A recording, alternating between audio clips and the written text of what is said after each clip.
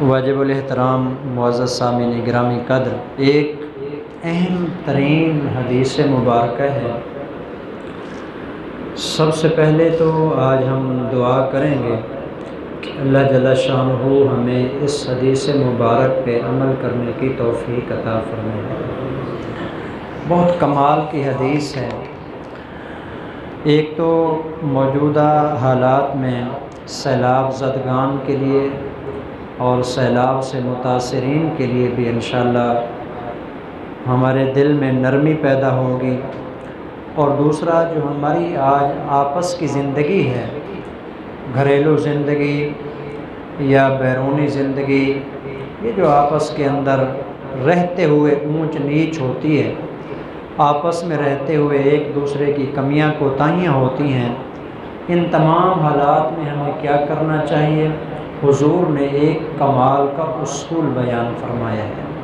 چنانچہ حضرت عبداللہ ابن عمر رضی اللہ تعالی عنہما راوی ہیں کہ رسول اللہ صلی اللہ علیہ وسلم نے فرمایا، المسلم اخو المسلم، مسلمان مسلمان کا بھائی ہے۔ قرآن مجید کی وہ مشہور آیت ہے، شاید آپ میں سے اکثر ساتھیوں کو یاد بھی ہو، انما المؤمنون اخوۃ۔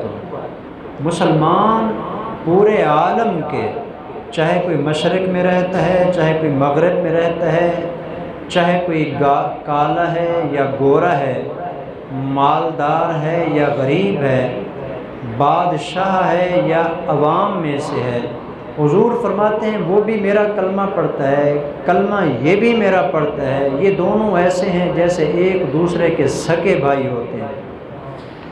المسلم اخو المسلم، مسلمان مسلمان کا بھائی ہے۔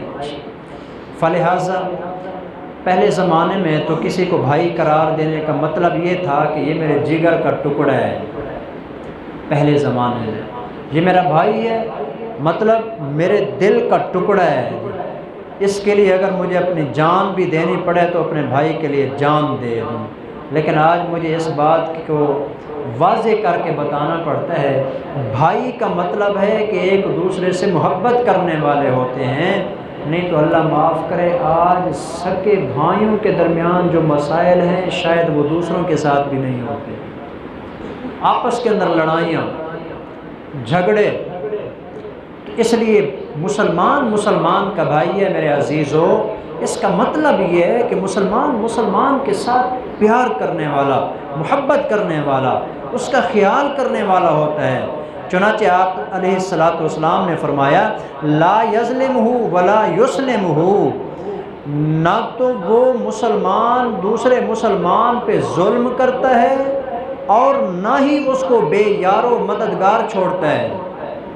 مسلمان وہ ہوتا ہے، یہ مسلمان کا تعارف ہے جو رسول اللہ صلی اللہ علیہ وسلم نے فرمایا ہے، اس پہ ظلم نہیں کرتا، اس پر زیادتی نہیں کرتا، اور نہ اس کو بے یار و مددگار چھوڑتا ہے، بلکہ جہاں ضرورت ہو اس کی ضرورت پوری کرتا ہے۔ چنانچہ اگلا جملہ یہ ایک بات ہو گئی جی، مسلمان مسلمان کا بھائی ہوتا ہے، اس کے تقاضے یہ ہیں کہ اس پر ظلم نہ کرے۔ نمبر 2، ومن کان فی حاجت اخیہ کان اللہ فی حاجتہ۔ غور فرمائیں گے حدیث پاک کے اس لفظ کے اوپر، بخاری مسلم کی روایت ہے، رسول اللہ صلی اللہ علیہ وسلم نے فرمایا، جو مسلمان اپنے کسی دوسرے مسلمان بھائی کی ضرورت پوری کرنے میں لگا ہوا ہوتا ہے، اللہ اس کی ضرورتیں پوری کرنے میں لگ جاتا ہے۔ اور آپ کا کیا خیال ہے، اللہ کسی کی ضرورت پوری کرنے میں لگ بھی نہ جائے، صرف ارادہ کر لے، کام ہو نہیں گیا؟ انما امرہ اذا اراد شیئا ان یقول لہ کن فیکون۔ وہ تو کن کہہ دیتا ہے، 7 آسمان کھڑے ہو جاتے ہیں، کن کہہ دیتا ہے، پانی کے اوپر زمین بچھ جاتی ہے، اتنی بڑی قوتوں اور طاقتوں والا۔ اور حضور فرماتے ہیں کہ بندہ جب اپنے مسلمان بھائی کی ضرورت پوری کرنے میں لگا ہوا ہوتا ہے، اللہ اس کی ضروریات کو پورا کرنے میں لگ جاتا ہے، یعنی اس کی ضرورتیں بغیر کہنے کے پوری فرما دیتا ہے۔ دوسری بات، تیسری بات، ومن فرج عن مسلم کربۃ، جس نے کسی مسلمان کی دنیا کی تکلیف کو دور کر دیا۔ یہ بات تھی جو میں نے آج سنانی تھی آپ کو۔ آج ہمارے یہ بھائی بہنیں، یہ سیلاب زادگان اور سیلاب سے متاثرین جتنے بھی ہیں، جس علاقے کے بھی ہیں، جو بھی ہیں، اس کے بارے میں حضور صلی اللہ علیہ وسلم فرماتے ہیں وہ آج دکھی ہیں، آج وہ مصیبت زدہ ہیں۔ چنانچہ اسی کے حوالے سے حضور کا فرمان ہے، من فرج عن مسلم کربتاً، جس نے کسی مسلمان کی مصیبت کو دور کر دیا، تکلیف کو ہٹا دیا۔ کتنی ساری تکلیف، یہ بھی آپ کو بتاتا چلوں، آگے بعد میں بتاؤں گا کہ اللہ تعالیٰ اس کو بدلہ کیا دیں گے۔ کتنی ساری تکلیف۔ حضور نے فرمایا پہلے زمانے میں ایک آدمی تھا اور تو اس کے کوئی اعمال نہیں تھے، ایک مرتبہ جنگل سے گزرتے ہوئے راستے میں اس نے دیکھا ایک ٹہنی پڑی تھی، آنے جانے والے لوگوں کو تکلیف ہو رہی تھی، اس نے وہ ٹہنی راستے سے ہٹا دی تاکہ کسی مسلمان کو تکلیف نہ ہو، سہولت آرام کے ساتھ میرا مسلمان بھائی گزر جائے۔ حضور فرماتے ہیں کہ اللہ کو اس کی یہی نیکی اتنی پسند آئی، اللہ نے سارے گناہ معاف کر کے اس کے لیے جنت کا فیصلہ فرمایا۔ ایک نیکی، ٹہنی ہٹانا کوئی بات ہے؟ راستے پہ پڑا ہوا روڑا کسی نے ہٹا دیا، اینٹ ہٹا دی، پتھر ہٹا دیا، کانٹا پڑا تھا اس نے ہٹا دیا کہ کسی مسلمان کے پاؤں میں نہ چبھ جائے، کسی مسلمان کا موٹر سائیکل یہاں سے گزرے کہیں وہ پنچر نہ ہو جائے، گاڑی خراب نہ ہو جائے اس کی، کسی معصوم بچے کے پاؤں میں لگ نہ جائے۔ اتنا سارا کام کر دیا۔ یہ تو اس بندے کے لیے تھا جس کی اور کوئی نیکیاں نہیں ہیں، اور جو دوسری نیکیاں کرنے والا بھی ہو ساتھ یہ بھی نیکی کرے، کیا ملے گا؟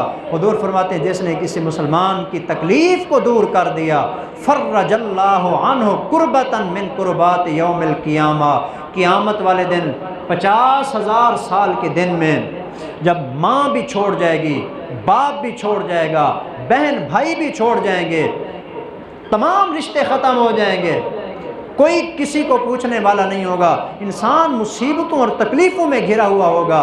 اس نے اگر دنیا کے اندر مسلمان کی تکلیف کو دور کیا تھا، اس کے بدلے میں اللہ اس کی قیامت والی تکلیفوں کو دور فرما دیں گے۔ قیامت والے دن کی تکلیفیں، ان سے اللہ اس کو بچائیں گے۔ آخری جملہ حدیث پاک کا، حضور فرماتے ہیں وَمَن سَتَرَ مُسْلِمًا سَتَرَهُ اللَّهُ يَوْمَ الْقِيَامَةِ، جو بندہ دنیا کے اندر کسی مسلمان کا عیب دیکھ کر اس کے اوپر پردہ ڈال دیتا ہے، اپنی آنکھوں سے دیکھا ہے، اللہ خدا کی قسم یقین نہیں آتا، آپ تھوڑا گہرائی میں جائیں نا، اس کے پاس باقاعدہ پروف ہے کہ اس نے غلط کام کیا ہے، آنکھوں سے دیکھا ہے، موبائل پہ اس کی ویڈیو موجود ہے، تصاویر موجود ہیں، اپنی آنکھوں سے دیکھ کے آیا ہے، گواہ موجود ہیں، اس نے اس کو عیب کی حالت میں برا کام کرتے ہوئے، غلط کام کرتے ہوئے دیکھا ہے۔ حضور فرماتے ہیں پھر بھی کہتا ہے چل یار میں کیوں لوگوں کو جا کے اس کو بے عزت کرتا پھروں، چپ کر کے اپنے دل کی قبر کے اندر اس کو دفن کر دیتا ہے، نہیں بتاتا اس کا عیب کسی دوسرے کو جا کر۔